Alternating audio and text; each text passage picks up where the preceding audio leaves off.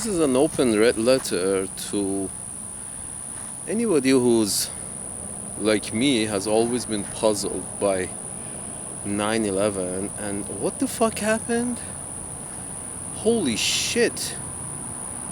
And how it happened, the way it happened, it was a shock and awe moment that you don't accept, that you don't want to accept, because you know Uncle Sam has too many resources to have such shit like this slip through. You're always questioning, because such a shit like this is the kind of shit that does not, slip through Uncle Sam's finger. This is not, if something like this, 9/11 happens in, let's say, happened instead of at Uncle Sam's doorstep, if something like that happened in Mexico, you're like, okay, Mexico, somebody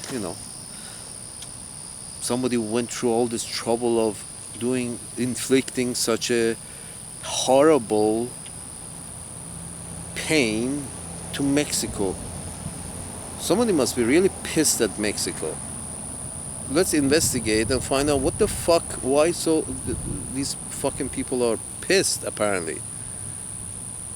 Who is pissed and why they're pissed? Not who is pissed, let me shoot the motherfucker. No, that's too crude. We are enlightened.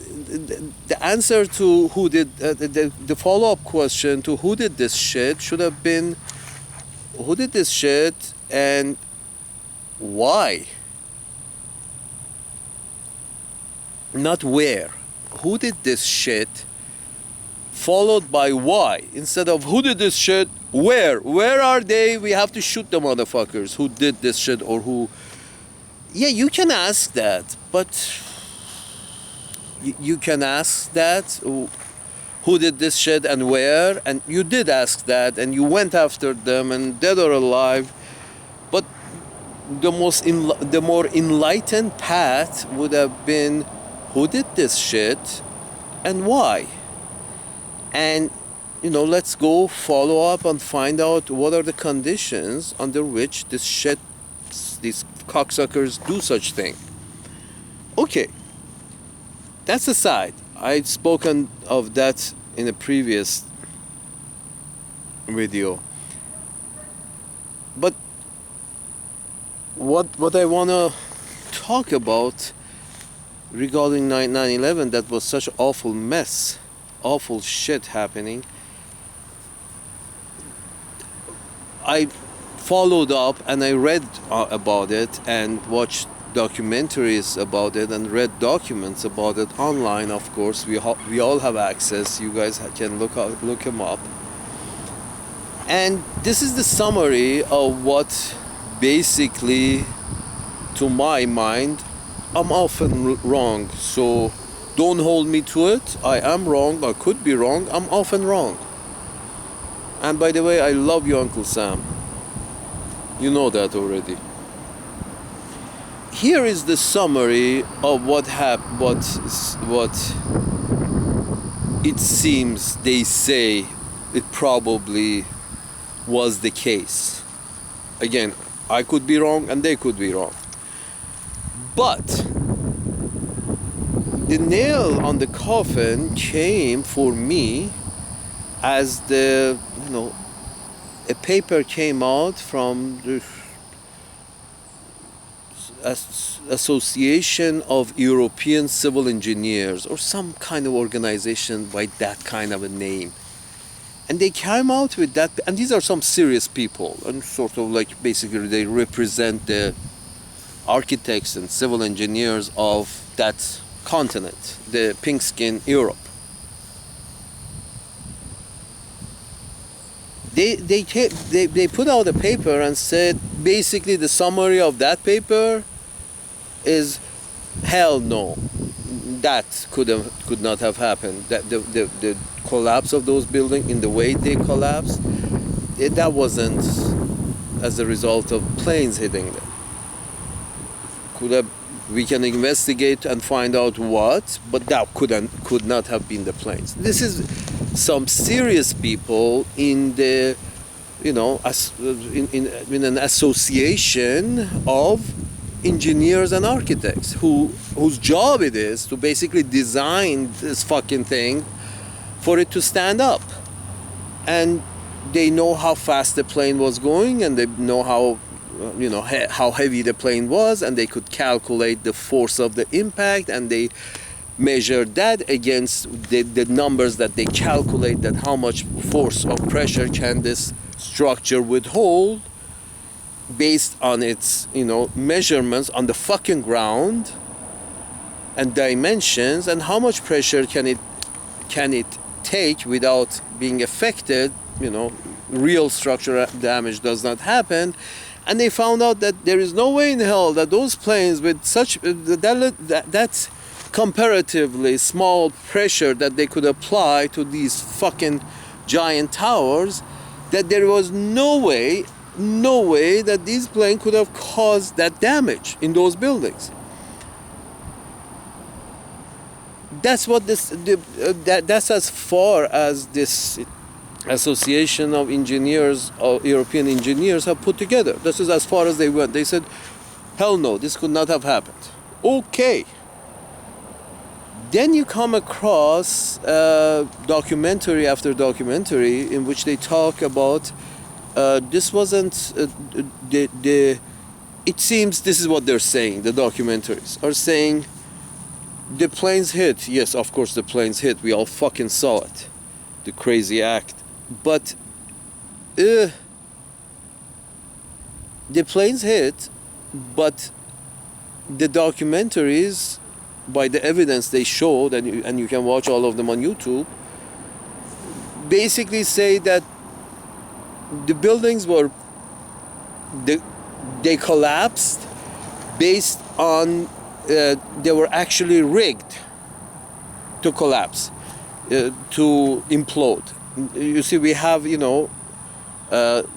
implosion that happens when buildings are actually set up. Old buildings are set up to collapse. There are charges put around the building, and they expect. And we have also seen these videos on YouTube. That time charges explode and the building collapses. Okay, this we have seen, but this is the shock and awe kind of explosion that those who actually want this building to collapse, they also want to put on a show for the for the people to watch and enjoy, and promise them a better building in its place. But anyway, they try to make it with more flash and bang. But apparently there are other ways of making an building implode, especially a steel building. Apparently these towers were steel. Main thing was steel construction. And apparently there is an easier way, not easier, but I guess there's another way of forcing a building to implode on itself, and that is more costly and very quiet. And apparently there's a compound called termite that you can stick it in a line formation, what they have done. But basically termite, when you put it on, when you ignite it, it creates such a high temperature that just melts steel. And so if it's right next to steel, a bit of termite is right next to steel, apparently just if you ignite it, and I don't know how you ignite it, but when you ignite it, it just burns through steel and makes a hole and drops right down from wherever the steel is. It just drops like a droplet of steel that was just melted by that, and itself it burns and goes away. So a little bit of it can only make a hole in the steel. So what these guys are saying, that from the pictures that has after 9/11 happened, the pictures that they're showing that, listen, all they have seen, it seems, cut steel, a steel that was cut an angle, and it was with the sharp edge, so you would like this, and they show it. They just show sharp edge steel that was cut, and it seems like it's one of the main, pillars of this thing holding this fucking thing up. And they see that, and it was like this, very cut, and you expect that none of the steel should have been broken. It's very difficult to break a steel. Steel under pressure bends, never breaks, and especially not it in specifically 35 degrees or 25-degree angle. In the picture, it seemed like it was sharp edge that shows that this steel has been broken. There is evidence that steel is broken at 45 or 35-degree angle. And then the documentary explains that, well, what we think might be the case is somebody had put termites, put termite on these steel beams in a linear fashion. It's like a line of termite. I guess termite can be made into, I don't know, does it come in paste or does it come in tubes, or however it is easy. Apparently they put it right next to steel in a line formation at like 35-degree angle. And I guess if you do that to all the steel's main weight barriers of the building on every store of the building, every level of the high rise, or maybe every 2 level, every 3, whatever the engineers decides, who are tasked into making these things implode. So apparently this is the conclusion of basically the documentaries, is that these buildings were pre-rigged to come down and to implode. Just somebody could have tapped the button and could have come out sometime at night. But it seems they needed a cover because they wanted to, they don't want to, apparently, I don't know, I'm not going to go into the reason why. But they wanted to make these buildings implode, but the smoke they wanted to make it's like insurance fraud. They wanted to make it as if they didn't do it, somebody else did it. To, I guess, collect on the insurance. So if you implode your own building, you have to, you can't claim insurance on it. But apparently these buildings were insured for a lot of money. And somebody else have to pay for it if it wasn't you, the owner of the building. So I guess over those kind of reasons could have been, I don't know. I might be wrong. Maybe this documentary is wrong. But the documentary is basically saying that the buildings were pre-rigged to fall. This much we know from those jagged ends and from a whole bunch of what shape is a when a termite burns with steel, there are little small steel balls that are formed, spherical droplets that are formed, and they dry just like a droplet, and I guess that's one indicator that was all over the place. And then when the main evidence that they were presenting was that when the excavators had started digging, almost a week later have reached the center of the pile of under each one of those buildings. After they reached the center, they basically found out these pools of molten steel that was still hot after a week, apparently, or after 3 days.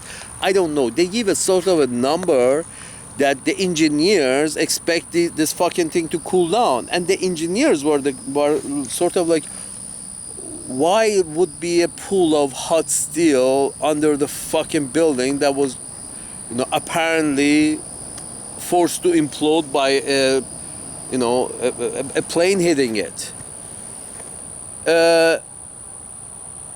a plane has hit it.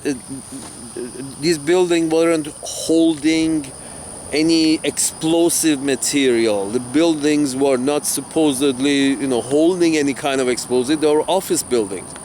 So what kind of reaction can cause?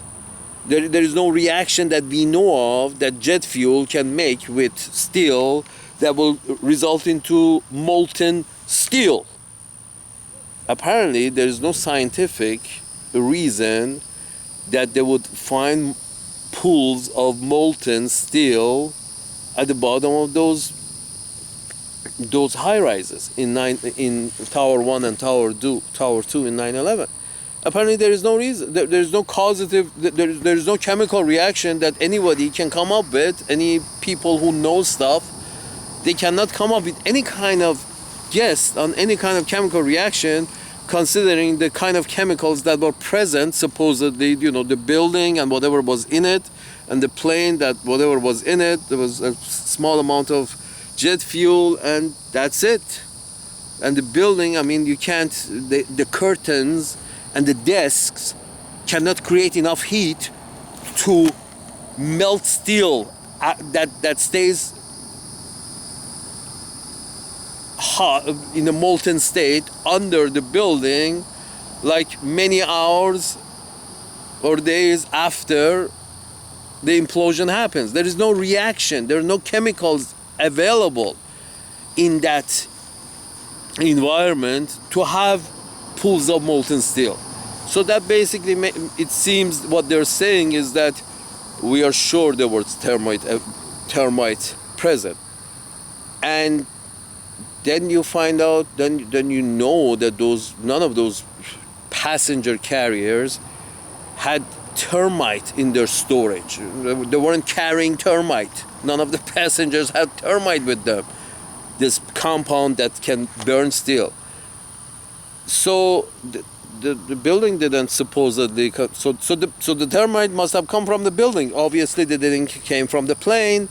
They came from the building. So there are termites in the building, in steel buildings. Why were there termites? Because there is evidence after the fact that it seemed there was termites. Then the question has to be asked: why was there termites in this building, and then the sharp ends of the steel that was cut, those sharp ends, what the fuck? Then something has melted cut those steel to, in sharp 35-degree angles. So you put two and two together, it's sort of like, okay, so termites could have melted these steel in an angle, 35-degree angle, make it fall over each other, and then the building falls. And it's obvious that a layman like me would think that if the plane is hitting the building like this, and if it's you would think that if it's the force of the plane that is hitting the building, if the collapse happens because of the fucking plane, then I guess, the building would be going sideways. The building would be going sideways. But they didn't want to do that either, because let's assume that the plane could have knocked it over. That's the only way that would, the building would fall, if it was because of the force of the plane, force of the impact. So it would fall on its, sideways, on the opposite side that the plane hit it. But these buildings not beautifully, but like an absolute, engineered job of imploding on themselves without destroying any surrounding buildings. And you would think that if this was planned, I guess the guy who wanted to collect the insurance didn't want to have to pay back the insurance to the neighbors whose building that he just demolished by the fall of his own building. Anyway, I guess they would defeat the purpose. So this documentary was basically saying that, these buildings, they could have, this is what they're saying. We don't know, but they could have been rigged with termite and ready to implode at a moment's notice, and the planes, the smoke from the planes was just the kind of thing they needed to cover their own smoke from the termite, because apparently when termite burns, it gives off a white smoke, which is exactly the opposite color of when the jet fuel burns. Jet fuel burns creates a black smoke. Termites create a white smoke. But average Joe doesn't know shit from squat. So they just needed a smoke. They needed a cover. They wanted to, start the termite and have the building collapse. They just needed a cover so they can collect on the insurance and not be blamed for it, I guess. And any other advantages any other, good results that may end up happening for me specifically, or the guy who did it specifically, or his friends or his family or whatever, that's icing on top of the cake. But the point is this, that it seems what they're saying, that the building, and the kicker is this,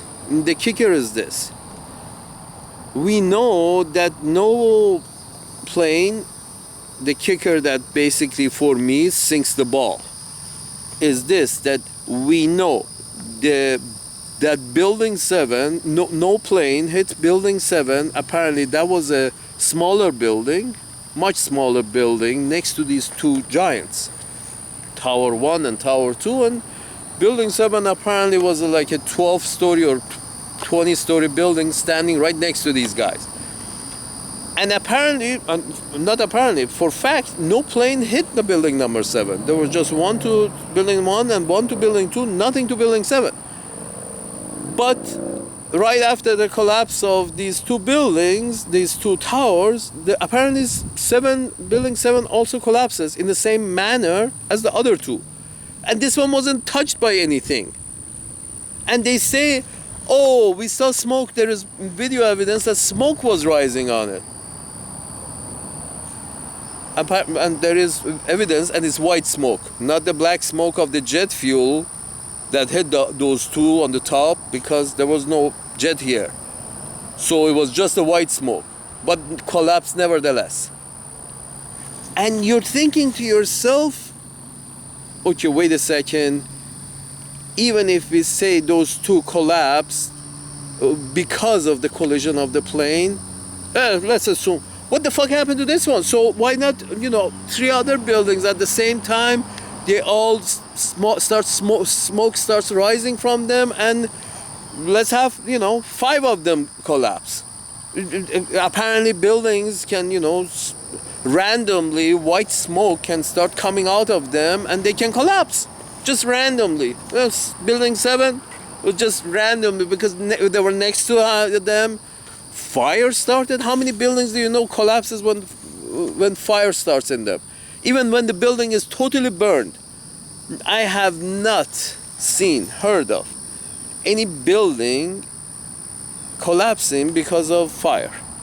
And building 7, they're trying to say that yes, building 7 also caught fire and collapsed. Again, if fire is not hot enough to melt steel or concrete, it's not going to bring any building down. And unless you're, storing something very, very, very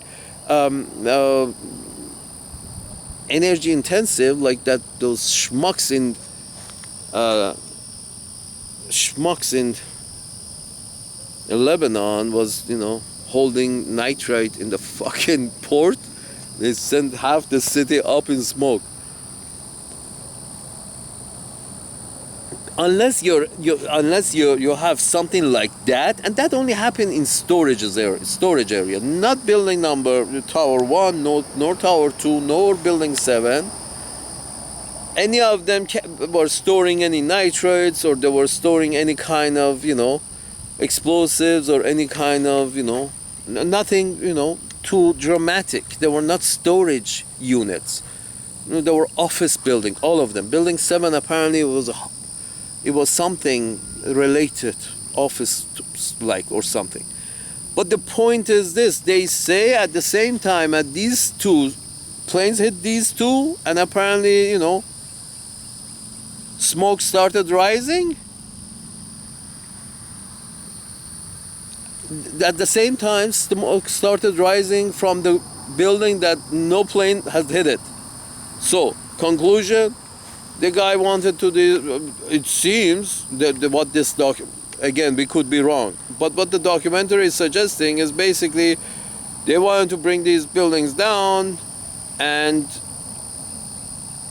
the owners, whoever, this was pre-rigged. What the documentary is saying is, which makes sense to me, is that the building seems to be were pre-rigged, and the planes were pre-rigged to implode. They want to bring them down for whatever reason. One of the reasons another documentary mentions is that apparently these buildings were well covered in asbestos. Whoever built them at that time, they didn't know the problems of asbestos in the long term, which is apparently none of us know. Nobody wants to sit down and think what the fuck they're doing. The problem of asbestos, long-term problems of asbestos, they didn't know. So there was a very large, substantial cost involved with removing those asbestos to comply with the environmental codes of the city of New York. So apparently, because they forced these old buildings to remove anything containing asbestos because it's hazardous to the health of whoever is coming and going into these buildings. So these guys had a large bill to pay to remove asbestos from a building that probably has has seen better days. Let's put it this way. Old buildings that have seen better days. So the whole idea of removing asbestos from these buildings have been a nightmare for the owners, previous owners, because they didn't have, I guess the previous owners. Anyway, but apparently the previous owners sold it to a new guy about a year or two before 9/11. So the previous owners who had to deal with this fucking asbestos shit, they had sold it to probably at a very high discounted price to a very, at a very high discounted price, because the buyer also, I'm sure, knew of the asbestos issue. But just somebody buys it, and I don't remember who. You can look it up yourself on the internet. But somebody bought the building a year or two before 9/11. It's sort of like at a very cheap price, discounted price, because the new guy also knew about the asbestos issue. I'm sure it was a discounted price. So the point is this: they needed the cover, and the Arabs, perfect cover, provided, it seems, perfect cover. They just needed somebody to create some kind of smoke, so that the smoke of the termite would not be, first of all, clear the building. Second of all, the smoke would mix with the black smoke of the plane, and game over. You can basically claim that there was no termite, there was no rigging of the buildings, and there was no implosion because planes hit them. Didn't you see? Then what happened to building 7? Oh, fire started. How many fire melts steel? How many fires melt steel? That curtains and desks burning creates enough heat to burn steel. curtains and papers and staplers and chairs burning and creating enough heat to melt steel, and for the whole building collapse, not just a little piece here or a little piece there, the whole fucking thing. Yeah, sure. So this is what they're saying. I mean, you would think that a president with a PhD and 15 years of teaching experience at the college, university, would have the sense to say, oh, it doesn't make sense to me either. Let's investigate. First, investigate why those Arabs are behaving as such. Who's teaching them? What are they teaching them? Why don't they have, a good view on life? Why don't they have the skill set that would be sufficient to have a positive view on life? Who is giving them these skill sets? Who's educating them? Who's giving them this kind of skill sets that so early in their life they are so pessimistic that they commit such an act? I mean, you gotta, but again, find out what country they're from. They're from Saudi Arabia. Oh, a PhD professor with 25 years of teaching experience at the university would tell you that, oh, it's Saudi Arabia. Aren't they our allies? Okay, I'm gonna send a team over there to investigate their education system. Hey, the Minister of Education, Secretary of Education, put a fucking team together, send them to Saudi Arabia from our education department to your fucking education department, and so we can find out what you, our allies, what the fuck are you putting in the head of your people that 15 of yours come and do such shitty act? That would be the first step that a wise chief of the tribe, not average George, but a wise chief of a tribe would have. First step would be okay, what is obvious is that these fucking Saudis were involved. Find out what the fuck is the problem in Saudi Arabia, and if we are involved with this, if the Saudis are involved with this, then Saudi is our ally, then apparently we are involved with this. What the fuck? Let's fix this. Let's fix the educational system of Saudi Arabia, and let's fix our relationship with Saudi Arabia, and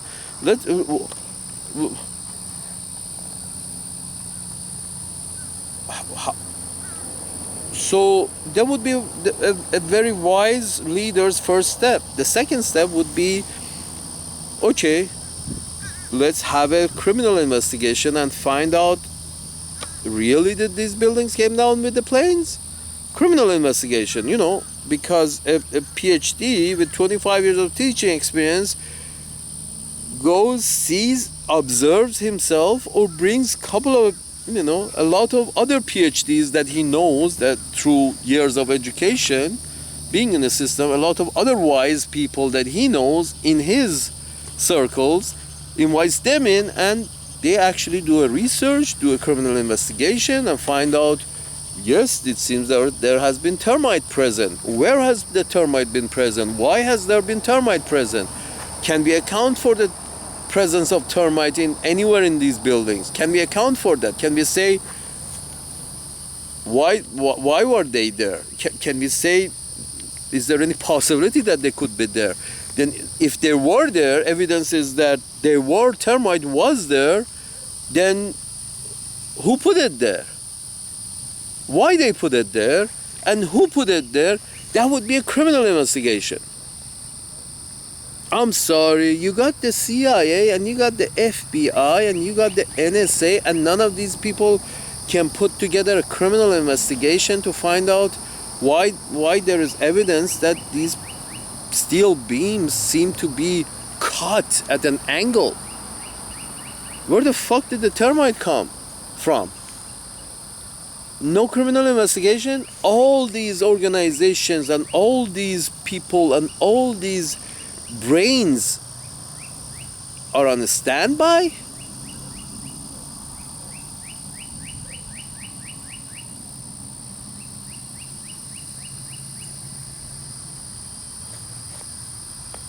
Sure, why not?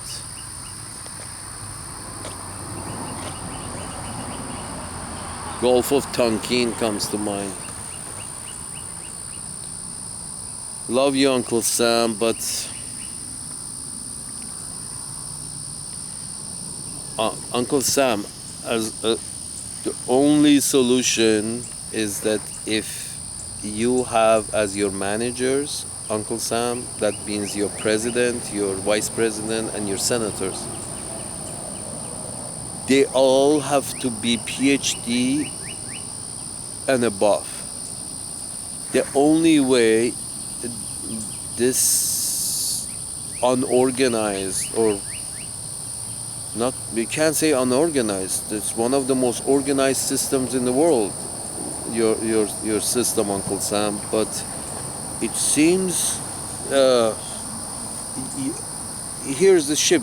Here's the thing. You can have a very sophisticated ship, but if you put the cook in charge of the ship and have the first officers take orders from the cook, that seems what happens every time there is this executive election for the top executive position takes place, and there is no minimum requirements as far as education is allowed. There's no minimum. It's sort of like, oh, you just got to be American and you just, that's it. For senators, I guess you got to be born, or no, only the president needs to be born American. Senators can also be born overseas. But the whole point is, that's not the point. The point is it needs a minimum amount of education. You have to mention, hey, you got to have a fucking PhD to represent so many people. You have to, know at least something in this world in depth. Know something in depth and have done managing, at least managing a classroom full of students.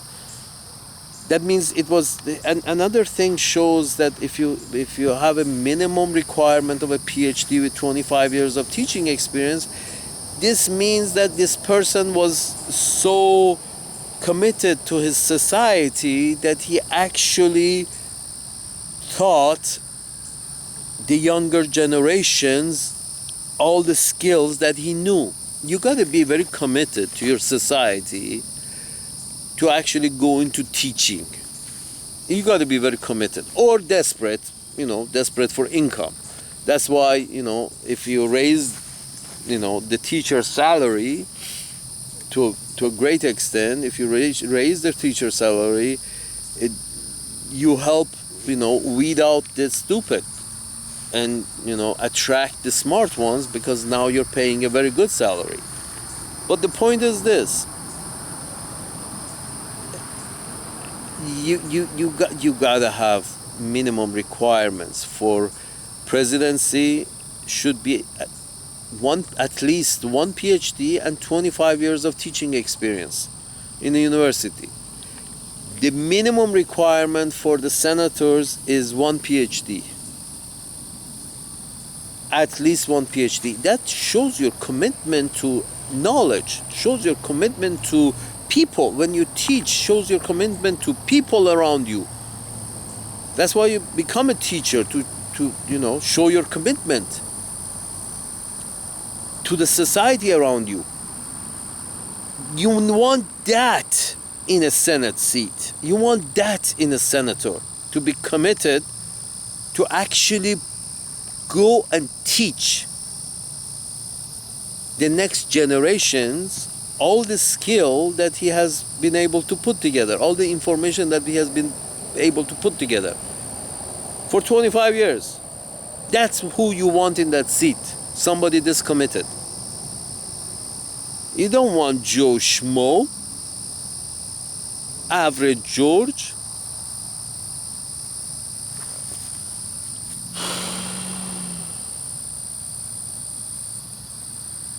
No investigation. Yeah, it was Bin Laden. Let's go. No Saudi Arabia and what the fuck is wrong with their education system. No, maybe this was a smoke and mirror show. Let's do a criminal investigation, see what the fuck those molten pools of steel was doing under those buildings. None of these happened. Any educated president, any president with a PhD would have had both of those investigations. One investigation in Saudi Arabia to find out why they're raising morons, and one investigation, criminal investigation into, was this really the result of planes hitting these buildings, or something else helped? Do the kind of investigation that, European Union from across the fucking ocean has done. This association of this paper that the Association of European Civil Engineers have put out years later. This could have been done with the resources of Uncle Sam. This paper could have been put together within 6 months if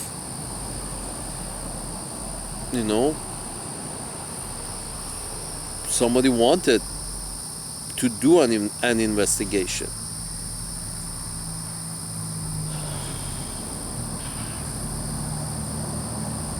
That someone would have been a wise person, would have a PhD. Not average George. Not Mr. Trump.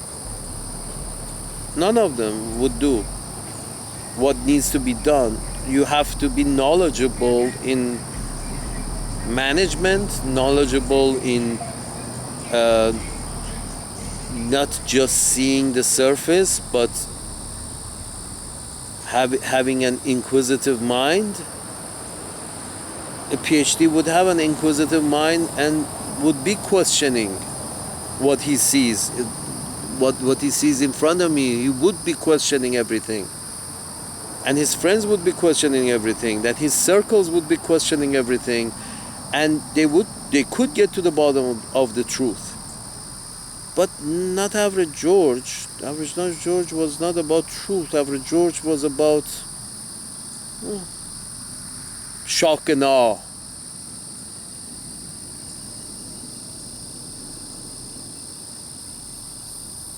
Uncle Sam, please, you have to have a minimum education requirement for elected office. Every office at every level should have a minimum education requirement. And that minimum should be very high. PhD, master's, at least a master's degree. If you want to be a representative in the House of Representatives, you must have a master's degree or equivalent of. If you want to be a senator, you must have a PhD or equivalent of. I don't care. You have it's equivalent in the military, equivalent to a PhD in the military. A lot of American generals would make good senators. A lot of them. But and generals could it could be considered as equal to a PhD. But I'm sure many of them actually are PhDs or generals and a PhD. So they make great senators. It's, people who have have gone towards knowledge is the kind of people you want in charge. People who like knowledge. How is it that the top executive seat there is only one, and anybody with the right last name can have it? Are you fucking kidding me? Yeah, no, you cannot have the ship. All the first mates in a ship have master's degree, but then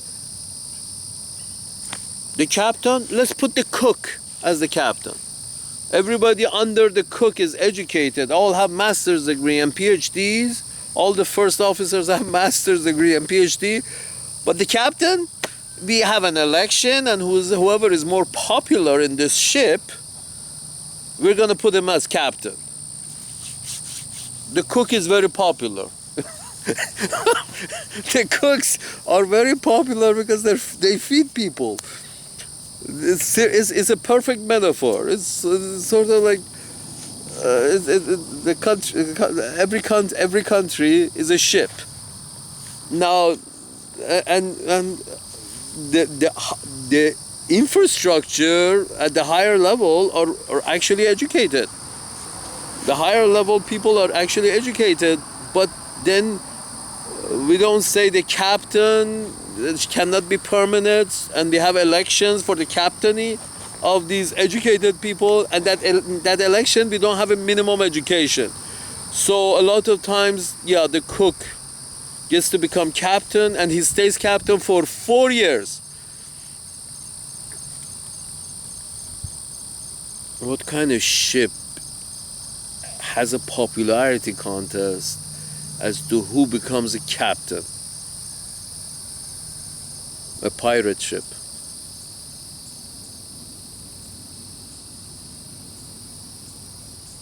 Yeah, in pirate ships, I think that was in pirate ships. That could have been it. Especially the ships that mutinied. The most popular one became the leader of the mutiny.